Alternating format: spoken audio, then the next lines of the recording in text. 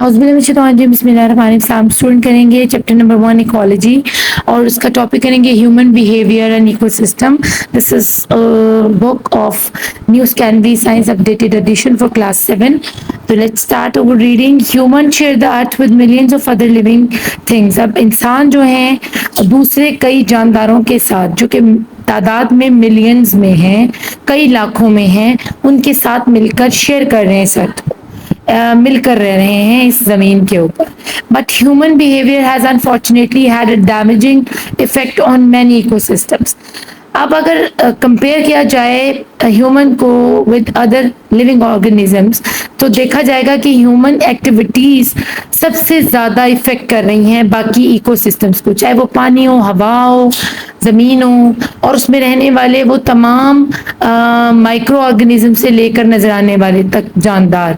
उनमें पौधे भी शामिल हैं, उनमें मछलियाँ भी शामिल हैं, उनमें एनिमल्स भी शामिल हैं, दरख्त वगैरह ये सब शामिल हैं। और इसमें पानी और नॉन एबायोटिक्स भी फैक्टर्स जो है ना, वो भी इसमें इन्वॉल्व हैं, जिनको इफेक्ट कर रही हैं ह्यूमन एक्टिविटीज और कंटिन्यूस कर रही हैं और इकोसिस्टम को डिस्टेबलाइज कर रही हैं। So what can be done to save what remaining ecosystem we have left. तो अब जो कुछ बचा कुचा इकोसिस्टम हमारे पास बच गया है, जो अभी भी हमें उतनी तेजी से ग्लोबल वार्मिंग की तरफ जाने से रोक रहा है जितनी तेजी से हमारी एक्टिविटीज टेक प्लेस हो रही हैं, अपने आप को तबाही की तरफ हम लेकर जा रहे हैं, फिर भी ये हमें बचा रहा है। अब जो बचा कुचा इकोसिस्टम है उसको किस तरह हम सेव कर सकते हैं, उसी के बारे में आज हम पढ़ेंगे और ये देखेंगे कि हमारे बिहेवियर की वजह से इकोसिस्टम को बचने में कितनी मदद मिलती है। Here are some things that can have a positive effect. ऐसी कुछ चीज़ें हैं जो अगर ह्यूमन अपने बिहेवियर में थोड़ी सी चेंजेस लाएं और पॉजिटिवली सोचें इस चीज़ को और पॉजिटिव वे में कोई थोड़ी स्ट्रगल करें इसके लिए, तो इकोसिस्टम जो बचा कुचा है वो फिर से बहाल हो सकता है। अभी हमारी मशीनरी कम्प्लीटली ख़राब नहीं हुई, अभी भी चांसेस हैं कि अगर हम इसके रुके हुए पुर्जों को दोबारा से बहाल कर सके, दोबारा से रनिंग में ला सके। तो उसमें हमारे पास 3R की जो है ना एक लोगो आ जाता है, which is reduce, reuse and recycle. Reduce the use of disposal and single use plastic items. ठीक है, सब बच्चे बचपन से पढ़ते आ रहे हैं, मुझे इसको एक्सप्लेन करने की जरूरत नहीं है। रीयूज क्या है? Them where possible. अब रिड्यूस करें जो भी आप डिस्पोजेबल चीज़ें प्लास्टिक की इस्तेमाल करते हैं, लाइक आप शैम्पू की बॉटल्स लाते हैं, दुकानों के ऊपर ऐसा सिस्टम होना चाहिए कि जो भी सनसिल्क, हेड एंड शोल्डर और जितने भी शैम्पूज हैं वो अपने फिलिंग मशीन्स वहाँ रखें। लाइक आप लोगों ने अगर 100 रुपए की बोतल परचेज की है, जो कि आजकल नहीं मिलती शैम्पू की, लाइक 1000 की परचेज किया आपने सनसिल्क का इकोनॉमी पैक, प्लास्टिक बड़ी जो फुल साइज बॉटल होती है, तो आफ्टर 2 या 3 मंथ्स, मेरे तो घर में खैर वो 2-3 महीने निकलती क्योंकि हमारे घर में लोग कम है, लेकिन अगर वो 1 महीने आप में ख़त्म हो जाती है तो इसकी बजाय कि उसको आप डस्टबिन में वेस्ट की शक्ल में फेंकें, उसको रीफिल करवाएं जाके। इसी तरह हमारे साबुन भी रिफिल हो सकते हैं, उनके ऊपर रैपर्स ना हो, ठीक है, उनको एक पेपर पैकिंग के अंदर हम ले आएं, ठीक है। इसके अलावा जो हम बोतलें वगैरह यूज़ करते हैं या ऐसी और बहुत सारी पॉसिबिलिटीज़ हो सकती हैं हमारे जैम जार्स की, हमारे इसी किस्म की प्रोडक्ट्स की, जिसको हम रिड्यूस कर सकते हैं, ठीक है। यानी नई बोतल ख़रीदने की बजाय उसी को यूज़ किया जाए। सेकेंडली रीयूज़, इसी में आ गया रिड्यूस का मतलब है कि हम उस सेम बोतल को दोबारा से रीफिल करवा के रीयूज़ कर रहे हैं।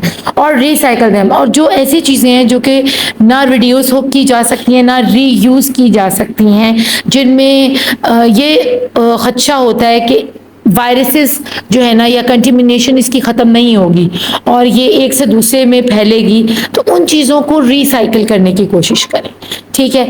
इसका मतलब ये है कि अगर आपके पास टायर्स हैं और वो कम्प्लीटली वेयर आउट हो चुके हैं लेकिन उनका ढांचा सलामत, आपकी गाड़ियों के टायर, तो आप उनको प्रॉपरली कपड़े से लपेट कर कुछ भी बना सकते हैं, फोम बना सकते हैं, सिटिंग काउचेस बना सकते हैं, और भी बहुत सारे आइडियाज़ अवेलेबल हैं। आप प्लांट के लिए पॉटर्स बना सकते हैं उनको।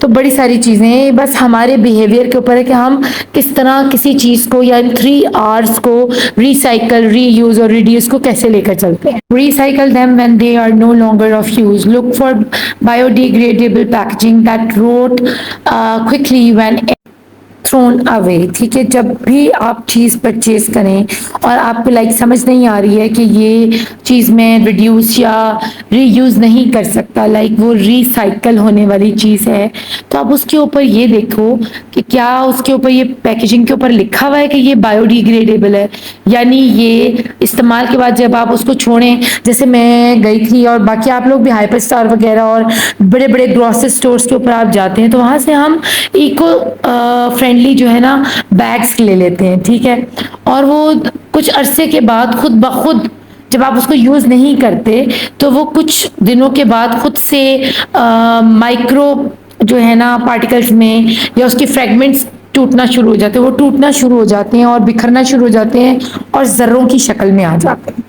तो इन्हीं को बोला जाता है बायोडिग्रेडेबल, जो आसानी से जो है डिस्पर्स हो जाएं या डिग्रेडेबल हों, दोबारा से वो हमारे इकोसिस्टम को तंग ना करें, क्योंकि अगर वो प्लास्टिक बैग वैसे के वैसे अपनी असल हालत में रहेगा तो उसको जो है बहुत से साल लगेंगे रिड्यूस होने में। ठीक है, या वो उसी ज़मीन का हिस्सा बना रहेगा और गैसेस पैदा करता रहेगा, कार्बन डाइऑक्साइड को इंक्रीज करने का सबब बनेगा। और अगर माइक्रो ऑर्गेनिजम्स भी इनको नहीं खाते, लेकिन पीछे मैंने एक बहुत अच्छी इंफॉर्मेशन जो है ना वो देखी थी नेट के ऊपर कि अब इस किस्म के माइक्रो ऑर्गेनिजम्स जो हैं उनको बनाया गया है लेबॉर्ट्रीज के अंदर जो कि प्लास्टिक खाते हैं शौक से।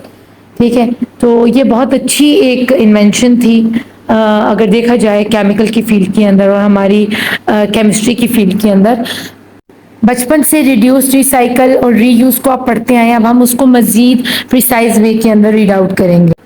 Reduce water pollution. Rivers, lakes and oceans are littered with plastic and polluted with industrial waste, oil, pesticides and toxic chemicals such as heavy metals like lead and mercury. अब human waste आपको साथ नजर भी आ रहा है कि human waste can be treated before being pumped into the sea. अब रिड्यूस कैसे करना है, ठीक है, क्या क्या तरीके हैं। जो वाटर पोल्यूशन हमने फैलाई हुई अपने दरियाओं में, अपनी झीलों में, अपने समुद्रों और बहर के अंदर, वो किस तरह है, ये प्लास्टिक पोल्यूशन है जो कि हमारी किस शक्ल में, इंडस्ट्री से निकलने वाला वेस्ट, चाहे वो लिक्विड की शक्ल में हो, चाहे वो जो है हार्ड जो सॉलिड वेस्ट हो। ठीक है ना, प्लास्टिक के डब्बे, शॉपर, इस टाइप की चीज़ें, या प्लास्टिक की वो जो कटिंग्स होती हैं उनकी, जो भी फैक्ट्री में बन रहा है वो सॉलिड वेस्ट है या लिक्विड वेस्ट है।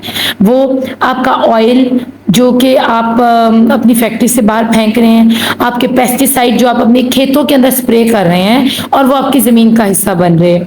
अब ये असल में इनका नाम पेस्टिसाइड नहीं होना चाहिए, इनका पेस्टिलैंड होना चाहिए। ठीक है, कि ये ज़मीन को भी मारने के लिए, ये कीड़ों मारने की दवाई नहीं, ये ज़मीन मारने की दवाई है। And toxic chemicals such as heavy metals, और बहुत टॉक्सिक जैसे सल्फ्यूरिक एसिड है, HCl है, हाइड्रोक्लोरिक एसिड्स हैं। तो जब लोग ट्रीटमेंट करते हैं ना किसी प्लांट के अंदर, अपने केमिकल्स बनाते हैं, जैसे तहात केमिकल्स हैं या सतारा केमिकल्स हैं, तो वो बहुत ट्रीट करते हैं। वो एक नमक है, अल्लाह ने बनाई ऐसी चीज़ सोडियम के, उससे वो तेज़ाब बनाते हैं, कई किस्म के तेज़ाब बनते हैं। एक खाली नमक को डिफरेंट तरीके से केमिकल के ज़रिए रिएक्शन करवाने से बहुत सारे केमिकल्स जनरेट होते हैं, जिनमें HCl भी है, जिसमें सल्फ्यूरिक एसिड है, जिसमें और बहुत बहुत ख़तरनाक किस्म के जो है ना हैवी मेटल्स भी उनमें, जिनमें लेड है, मरकरी है, वो वाले भी हैं। तो इनका क्या करते हैं ये लोग, फेंक देते हैं आपके दरियाई नालों में। ठीक है, और वो ड्रेन्स एंड अप कहाँ होती हैं, जाके आपके या तो रिवर लेक्स के अंदर, या फिर वो रिवर्स लेक जहाँ पर वो एंड अप हो रही है, वो रिवर लेक्स आगे जाके एंड अप कहाँ हो रहे हैं, सी और ओशंस के अंदर। तो इस तरह हम इनको रिड्यूस करें कि जब भी ह्यूमन वेस्ट को हम नालों में फेंक रहे हैं तो पहले उसको फेंकने से पहले प्रोसेस करें, ट्रीट करें, उसमें से वो जो ख़तरनाक केमिकल्स हैं उनको रिमूव किया जाए किसी भी तरीके से, चाहे इवेपोरेशन के ज़रिए से, चाहे फिल्ट्रेशन के या डिस्टिलेशन के तरीके से। ये उनको पता होता है, जो लोग इस्तेमाल कर रहे होते हैं इन किस्म की चीज़ों को, उनको पता है कि इनको ठिकाने कैसे लगाना है, ठीक है ना। तो थोड़े से पैसे खर्चें और बाकायदा गवर्नमेंट को चाहिए कि इस किस्म की फैक्ट्रीज के ऊपर बाकायदा बैन हो और जुर्माने लगाए जाएं, जो कि इस किस्म के हार्श केमिकल्स को और इस किस्म के ख़तरनाक केमिकल्स को इस तरह खुलेआम नालों में और जो फेंकते, क्योंकि इससे हमारी हवा के अंदर भी वो लेड और मरकरी के जो मॉलिक्यूल्स हैं वो जो है ना समझ लें कि चले जाते हैं और उनकी बहुत बड़ी मिकदार जो पेनिट्रेट करती है आपकी ज़मीन के अंदर भी, हवा में भी, आपके पानी में भी उसकी मिक्सिंग हो जाती है, तो वो साफ़ पानी को भी ख़राब कर सकता है। तो इस चीज़ के ऊपर बड़ा ख्याल होना चाहिए। तो पहला तरीका इको सिस्टम को बहाल करने का, रिड्यूस करें वाटर पोल्यूशन। सेकंड तरीका क्या है? Reduce air pollution. अब एयर की बात कर लेते हैं। A reduction in green house gas emission should slow down the rate of global warming. अब जो हमारी गैस इमिशन हो रही है ना ग्रीन हाउस, आपको पता है ग्रीन हाउस गैस क्या कहलाती है? Carbon dioxide. तो हम इसी कार्बन डाइऑक्साइड की जो इमिशन कर रहे हैं आर्टिफिशियली, जैसे हम अपनी ट्रांसपोर्ट के ज़रिए फॉसिल फ्यूल जला रहे हैं, हम अपनी फैक्ट्रियों में फॉसिल फ्यूल जला रहे हैं, ठीक है। तो इन सारी चीज़ों को कंट्रोल करना है हमें, ताकि हम कार्बन डाइऑक्साइड के रेट को कम कर सकें। जो हम फर्टिलाइजर्स अपने खेतों में इस्तेमाल कर रहे हैं वो भी कार्बन का हिस्सा बनाने में मदद दे रही है। तो ये इस चीज़ को हमें रिड्यूस करना है।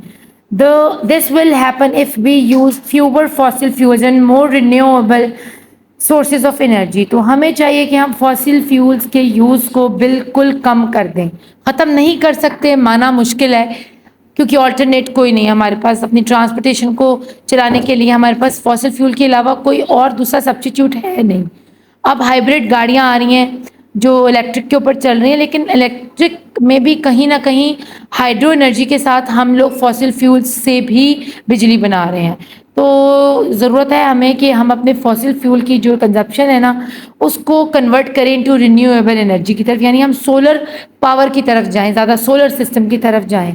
इसके अलावा है chlorofluorocarbon CFC gases used in fridges and car air condition systems get into the air and break up the ozone layer in the upper atmosphere. Ozone protects us from harmful ultraviolet UV radiation from the sun. अभी green house gas के effect से हमारी दुनिया तबाह हो रही है, atmosphere ecosystem बिगड़ रहा है, रही सी कसर इस क्लोरोफ्लोरोकार्बन ने पूरी कर दी। अब इन्होंने यहाँ पर आपको बहुत छोटी बात बताई है कि हमारे सिर्फ गाड़ियों के एयर कंडीशन, जनाब हमारे घरों में चिलर्स लगे हुए हैं, हमारे घरों में 10-10 AC लगे हुए हैं, उन सब के अंदर वो क्लोरोफ्लोरोकार्बन है। हमारे फ्रिजेस के अंदर है, ठीक है। और हम जो अपने स्प्रेज इस्तेमाल करते हैं, अपने परफ्यूम्स इस्तेमाल करते हैं, वो जो ठिश करके आवाज़ निकलती है उसके अंदर से, वो भी क्लोरोफ्लोरोकार्बन है। तो हम बड़ी तेज़ी के साथ इन सारी चीज़ों में क्लोरोफ्लोरोकार्बन है जो यहाँ